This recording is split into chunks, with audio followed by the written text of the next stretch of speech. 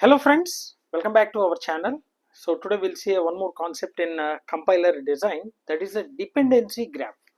So in our previous session we have seen the types of attributed grammar, right? S attributed, L attributed, and also we have seen some semantic rules. So now we'll see the dependency graph. So what is a dependency graph?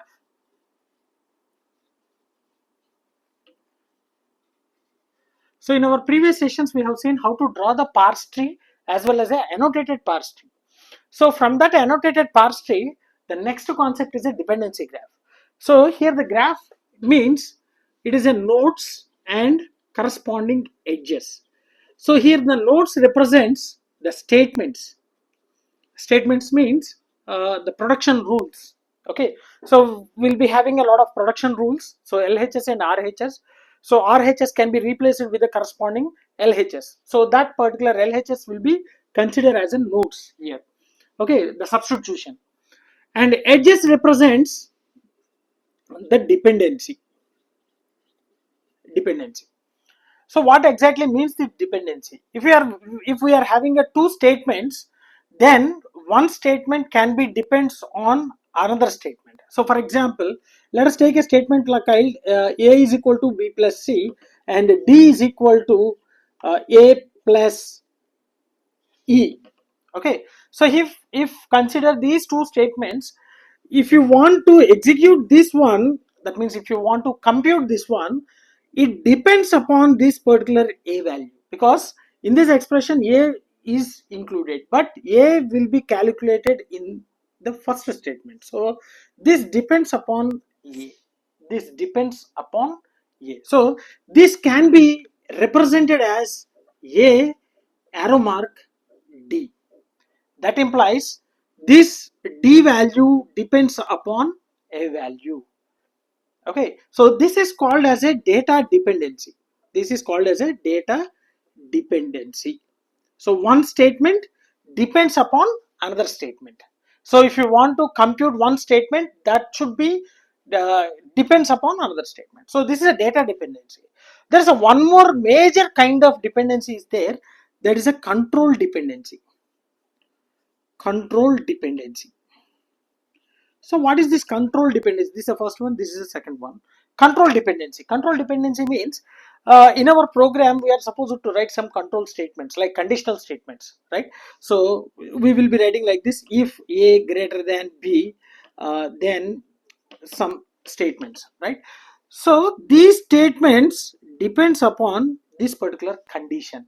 So if condition becomes true, these statements will be executed. If the condition becomes false, these statements will be skipped, will not be get executed. So such type of dependency we call it as a control dependency. And two more dependencies are there, like anti-dependency and equal dependency. So these are the major things: data dependency and the control dependency. In order to represent these kind of things, we will be using this dependency graph. We'll be using this dependency graph. So which statement depends on another statement.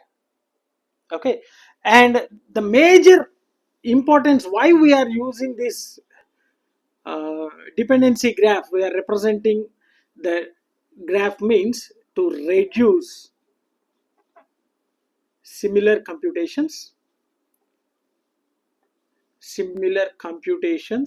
and one major thing is order of evaluation.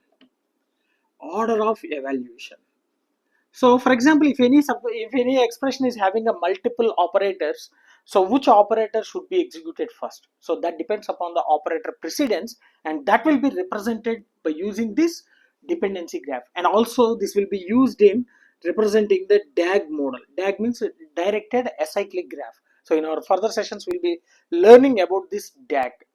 Okay, directed acyclic graph. So this dependency graph will be used for these things. Now we'll see one example. We will take some productions and also the semantic rules, and then we will represent the dependency graph. Yes. So the name itself indicates dependency graph means the statements, dependency among the statements. So here statements means the productions, right? Example productions. Let us take the previous example. E tends to E plus T, T tends to, sorry,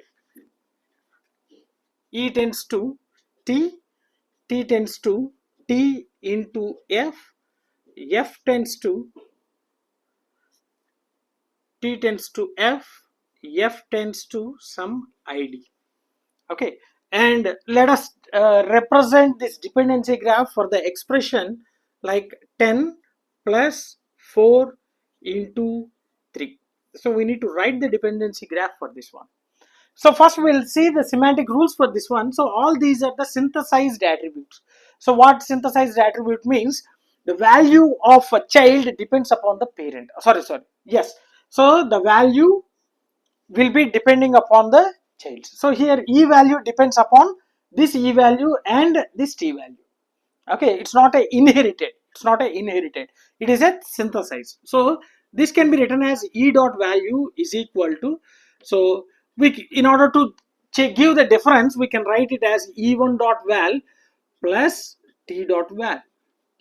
Similarly, this one can be represented as E dot val is equal to T dot val. And here T dot val is equal to T dot val into F dot val. And this can be written as T dot val is equal to F dot val. Val means value, attribute. Okay, and this one F dot val is equal to ID dot lex value, directly the value. Okay, because it is a it's a terminal. Okay, terminal means directly LX value. Now we'll see the parse tree. Okay, parse tree for this one. So in order to represent this one, so this will be like ID plus ID into ID. So this is in this form. So we need to construct the parse tree for this particular expression. So how we'll be writing? So E can be expanded with E plus T. And again here E can be represented with T, T can be represented with F can be represented with ID.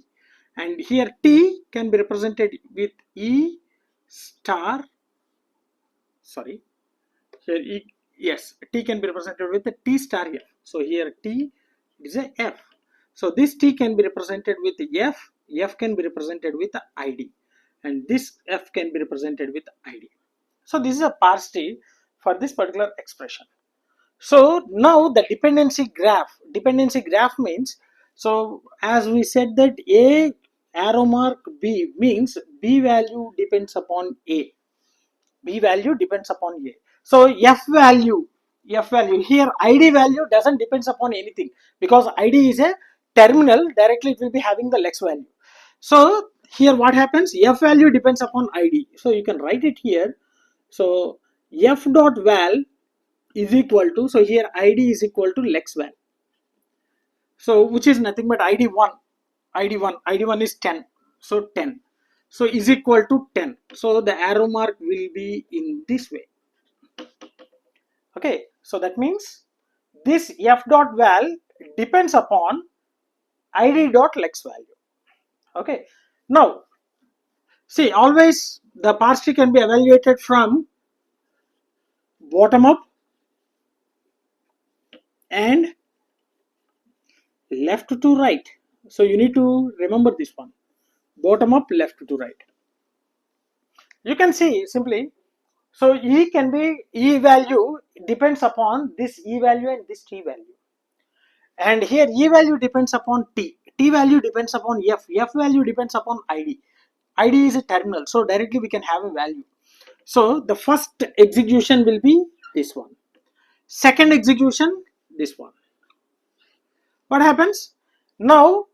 This one T, the relation among F value and T value, you can see this one, T value is equal to F value. So T value is equal to F value, which is a 10. So this value depends upon F value. So this one, sorry, I'll write here and I'll keep arrow mark in this way. So arrow mark means T value depends upon F value. So this is the third step executed. and the dependency between E and T value. Is there any relation among the E and T? So E tends to T. Here you are having the production, E tends to T. So E value is equal to T value. So here you can write E value is equal to T dot value. T dot value is a 10. So there is a one more dependency and it is a 4. Now what about the value of E? And this particular E value depends upon this E value and this T value. So we don't know about this T value. So again it comes down, and here it is ID is equal to some lex value. So this is ID2, which is nothing but a 4. So this is a 4. So this will be the 5th process execution. This is the first execution, second execution, third one, fourth step, and fifth step. Sixth step, F and ID, the relation among F and ID. So F tends to ID, F dot value is equal to ID dot lex value. So F dot value is equal to lex dot value, that is a 4. This is the 6th step to be get executed, the arrow mark. And T and F, the relation among the T and F. T tends to F, T dot value is equal to F dot value. So T dot value is equal to F dot value, which is a 4. And this is the 7th step to be get executed, and there is a dependency. So the T dot value depends upon this F dot value. Then this T value depends upon this T dot value and F dot value. So here F dot value was not executed. So instead of calculating this one, this will be executed. So ID3 is equal to lex dot value. So the value of ID3 is 3. So this is a 3. So this is a 8th step. 8th step to be get executed. So this depends upon F, because the relation among F and ID is F tends to ID, F dot value is equal to ID dot lex value. So here it becomes F dot value is equal to 3, because ID is 3. F dot value is equal to 3. So this will be the 9th step to be get executed. Okay, 9th step to be get executed. Now this T value depends upon this T value and F dot value. What is the relation among this T and F? So this is the T tends to T into F. So T dot value is equal to, what is the 4 into 3, which is a 12. Okay, 4 into 3, which is a 12, because this depends upon these two things.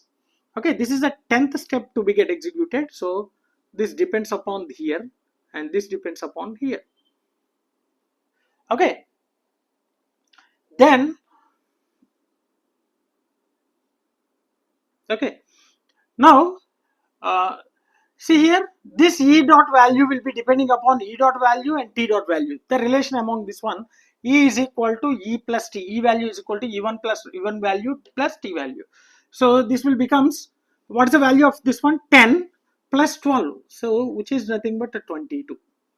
22, and this is the 11th one. So here we are getting dependency comes here in this way.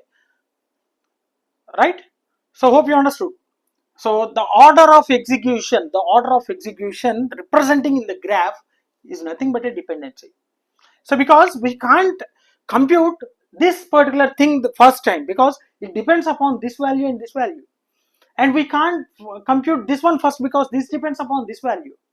So this dependency graph will be showing the order of execution, the order of statements which are being executed. Right? So this is the dependency graph, and you can draw this.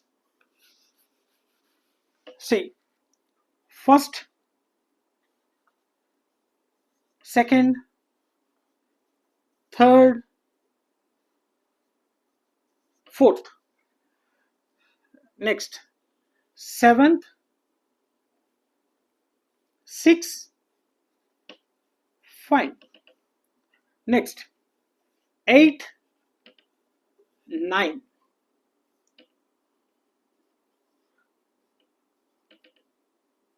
this is a 10, and this will be the 11. Okay, this is a dependency graph. The first evaluation, second evaluation, the second statement depends upon the 1, 3 depends upon 2, 4 depends upon 3, and 11 depends upon 4 and 10, and 6 depends upon 5, 7 depends upon 6, 9 depends upon 8, and 10 depends upon both 7 and 9. Okay, and 11 depends upon 4 and 10. So this is the dependency graph. So this will be used for showing the order of evolution as well as to represent the directed acyclic graph. So just remember these 2 points. Okay, so hope you understood this dependency graph, a very important thing in a compiler design. So hope you understood and everything is clear. And if you are still having any queries regarding this one, feel free to post your doubts in the comment section. Definitely I will try to clarify all your doubts. And if you really enjoyed the session, like my session, share my session with your friends, and don't forget to subscribe to our channel. Thanks for watching. Thank you very much.